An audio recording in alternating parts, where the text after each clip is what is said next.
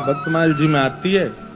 एक भक्त थे, उनका नाम था धन्ना जाट। क्या नाम था? बड़ी मधुर कथा है धन्ना जी की। धन्ना जी की कथा ऐसे प्रारंभ होती है कि सामान्य से परिवार में धन्ना जी का जन्म हुआ। देखो, ये हरिप्रिय हैं, इनको हरि प्रिय थे, लेकिन इनकी भक्ति से फिर ऐसी स्थिति हो गई कि ये हरि को प्रिय लगने लगे। तो धन्ना जी के यहां एक संत पधारे। संत की शालिग्राम जी की सेवा। और छोटे बालक जो होते हैं वो संतों को या घर में कोई भी बड़े बुजुर्ग आए या कोई भी श्रेष्ठ जन आए, वो क्या करते हैं, कैसे करते हैं, मेहमानों को देखते हैं बैठ के। तो महात्मा जी अपने ठाकुर जी की सेवा करते और धन्ना जी जाके उनके पास में बैठ जाते। पहले जल से स्नान, फिर दूध से स्नान, फिर घी से, फिर दही से, फिर शहद से, पंचामृत स्नान करा के बढ़िया इत्र लगा के ठाकुर जी को उर्द पुंड तिलक लगा करके माला तुलसी पधरा के विराजमान कर दिया।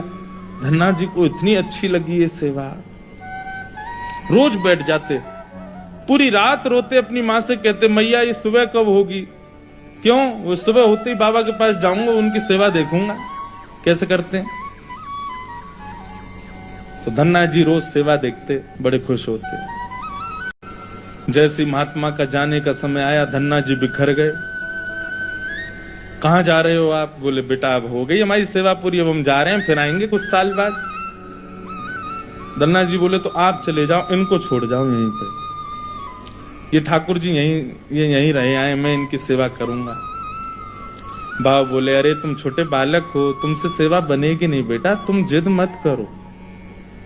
धन्ना जी तो रोने लगे, बोले नहीं मैं सेवा करूंगा, मुझे तो ये चाहिए।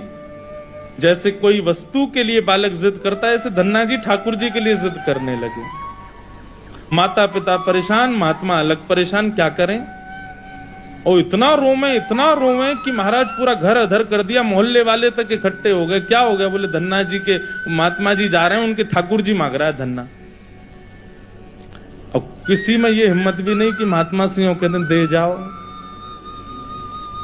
और कोई वस्तु हो तो ये भी कह देते हैं लोग दे जाओ, चलो हम दूसरी दे देंगे। ठाकुर जी की बात है भैया, कोई अपनी सेवा कैसे दे सकता है। धन्ना जी इतने रोए, सिर पटक पटक के रोने लगे, छोटे बालक।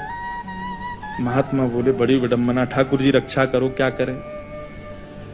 इतने महात्मा बाहर गए और गोल गोल काले से दिखने वाला एक पत्थर उठा लाए, उसमें बढ़िया घी भी लगा करके और इत्र लगा के सुगंधित कर दिया, उर्द पुंड तिलक लगा दिया।